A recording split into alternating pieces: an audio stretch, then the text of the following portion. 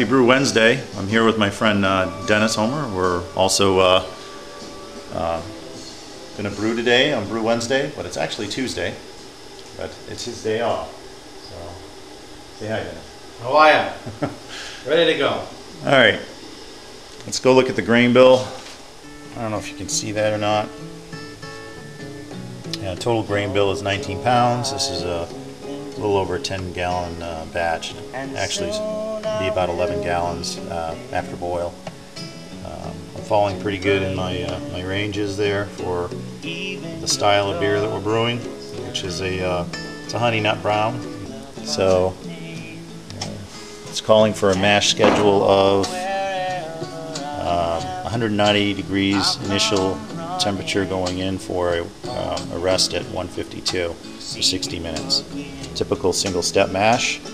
The reason why it's coming in so high is because the grains are at 50 degrees and the mash tun's at 50. And my friend Dennis brought over a tap handle as a gift. It says nut brown, right? Nut brown. Yeah, why don't you hang on to that? I'll open that up. All right. Appreciate it, man. How many of these you got? Oh, probably half a dozen. Oh. Whoa! There you go. That's awesome. Check that out. I like Red Hook too. It's good stuff. Where's that brewed, Dennis? And well, actually, it started in Seattle, Washington. They brew right in Portsmouth, New Hampshire. Right. Now. And also, Dennis brought over some beers. Take a look at these. Hang on, I'll bring that over. 9 in the morning. I don't think we'll be drinking them just yet. Although I hear it's 5 o'clock somewhere. We'll wait a few minutes. Wachusett Brewery. Fitchburg, actually Westminster. Yeah, Westminster, Mass. Wachusett Blueberry is probably one of the better blueberries beers that I've tasted. I'm not a big blueberry beer fan, but that one I like. It's a good one.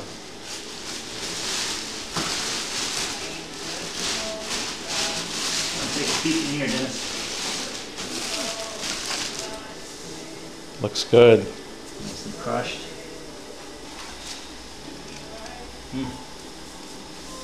Nice looking stuff.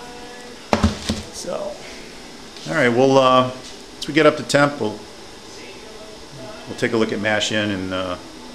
Oh, you know what? I never showed you guys this. I showed you the top, but I never showed you what it looked like inside.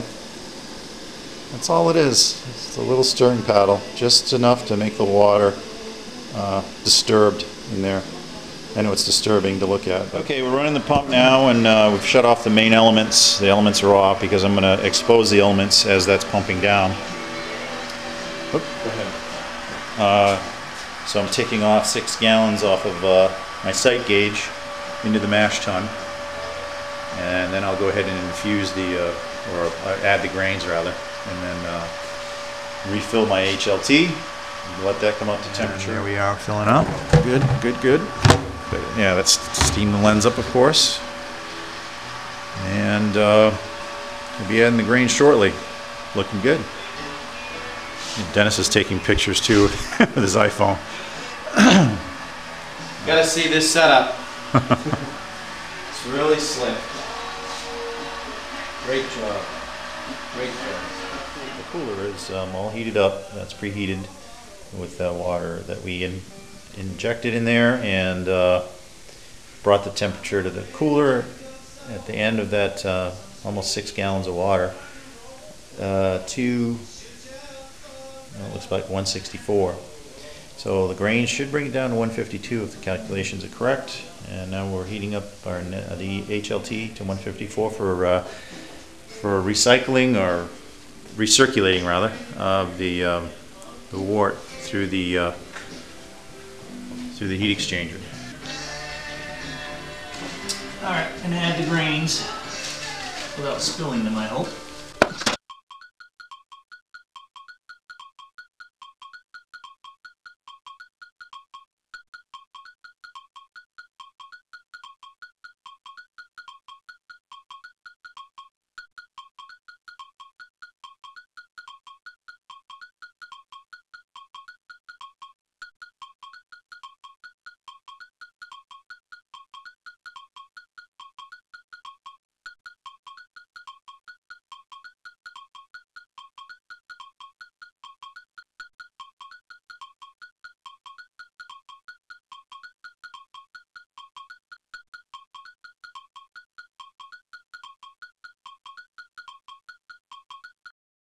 Doesn't that smell awesome? Take a look inside. Oh, there it is. Gorgeous. Put the lid on there before we lose too much heat. Now, what is the stopper with the... All right, that's the Blickman Auto Sparge. Basically, that allows the water to come back in, or the sweet wort to come back in as it's recirculating. I can adjust this so that the hose sits just at the tip of the water like that. And this, if for some reason something happens and this starts to overflow, this thing will come up and shut off, so I'm not spilling over the top. So, set for recirculation over here, and down here. We just move the valve over, and now we're recirculating. I basically cut off my infusion water from my HLT, and now it's just taking it from the bottom of the mash tun into the pump and back through the coil, and then back into the pump. Okay, so we popped open that Wachusett, and I ran out of memory, so put another memory card in there right now. And Wachusett Winter Ale.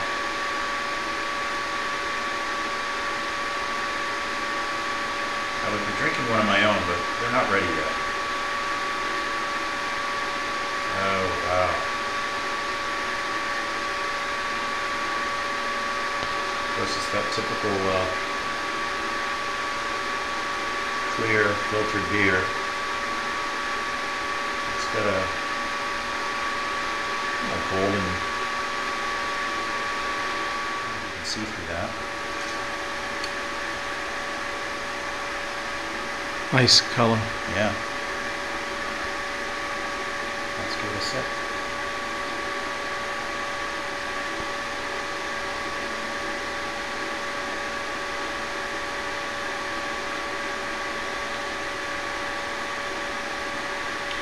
It's really mild. That's a mild one. Huh?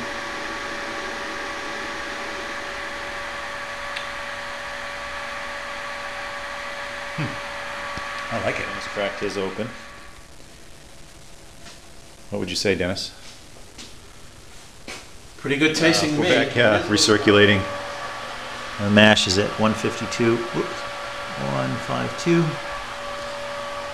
And we got clear recirculating wort coming through the top. It's gorgeous.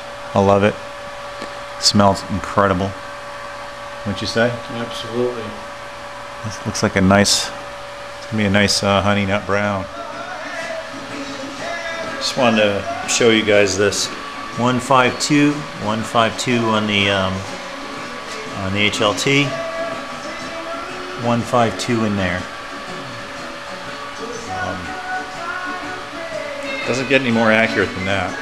All right, first running's coming off an hour into the recirculation on the single step mash. Some might say, why are you letting it splash in the pot like that? And some might claim hot side aeration. But hot side aeration happens on the output of the boil kettle, because I'm going to boil off a lot of oxygen. So you really can't get hot side aeration until after the boil. So if I was to splash this around after the boil, well, it was still hot. That's where you get that hot side aeration. Dennis wanted to get a glass and just drink that straight out. But 152 held nicely, and I've raised my temperature up for the sparge. Now I can sparge two different ways on the system. I can fly sparge or batch sparge. All right, I'm gonna go ahead and try this blueberry again. I've tried it before, but it's actually one of my wife's favorites. I'm not a huge fan of blueberry beer, but this is probably one of the better ones. Kind of light in color. It's like a real blonde ale with a hint of blueberry.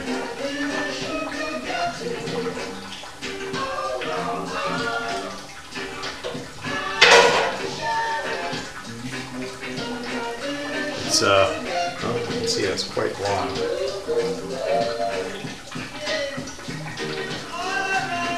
And on the nose, it has almost a blueberry muffin So I was just, we're recording right now, but I was making note of what I like about, I tried other blueberry beers, and I'm not a big blueberry fan, but the Wachusett, it smells like blueberry muffins on the nose, but when you drink it, you don't taste the hint of blueberry. They won a first place in the national competition. I don't doubt it.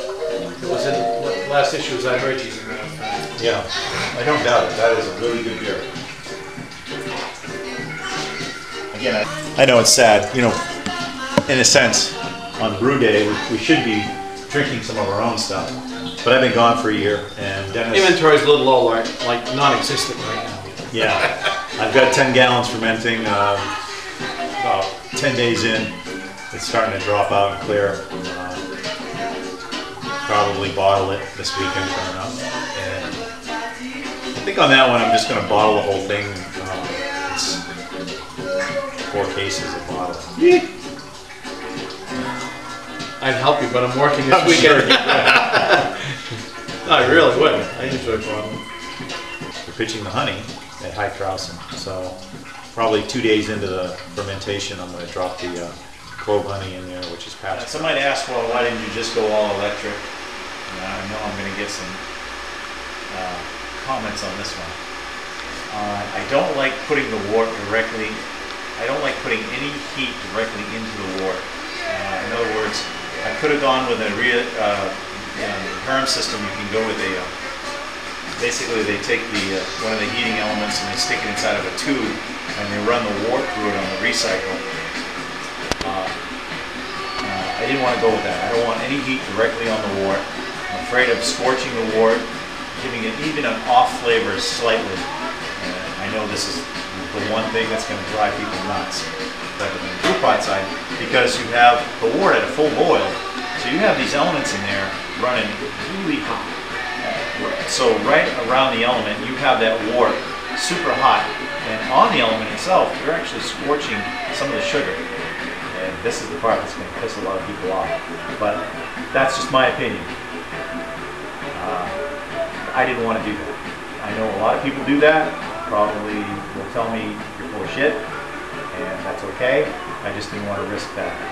I didn't want to give any of my beers a little bit of an off flavor, even if it was possible. So that's my rant. Yeah. Okay, this is the third beer we're trying today.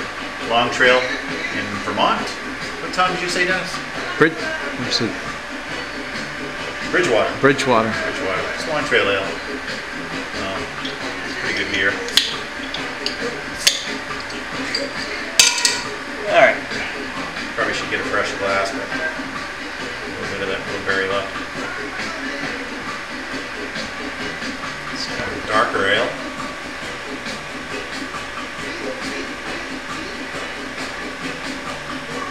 Filtered. See that? That almost looks like that lager we were drinking earlier. Yeah. You see a lot less carbonation in this. Very little head, but I did pour gently. It's got a grapefruit note on it. Maybe even a little banana.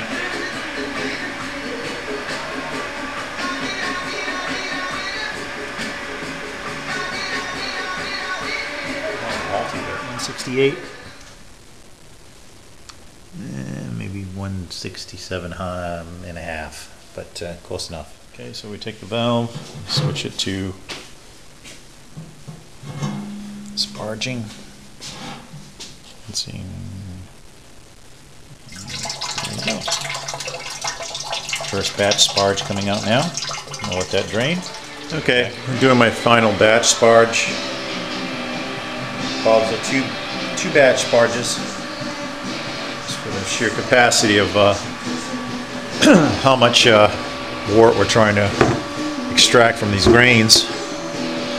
So since I batch sparge, like I said, I feel like I get more a little bit out of the grains. I'm doing my circulation after my last batch sparge, and I'm waiting for that to clarify. Basically the same as Vorloffing. And once this drains out, once it hits about 1.1, I'll stop wherever I'm at I don't want to leach any tannins out of these grains so far. Plus, what's I've still yet to collect out of that mash tun. That is a 15-gallon boil kettle, so it's probably about 3/4 full now. That's about right.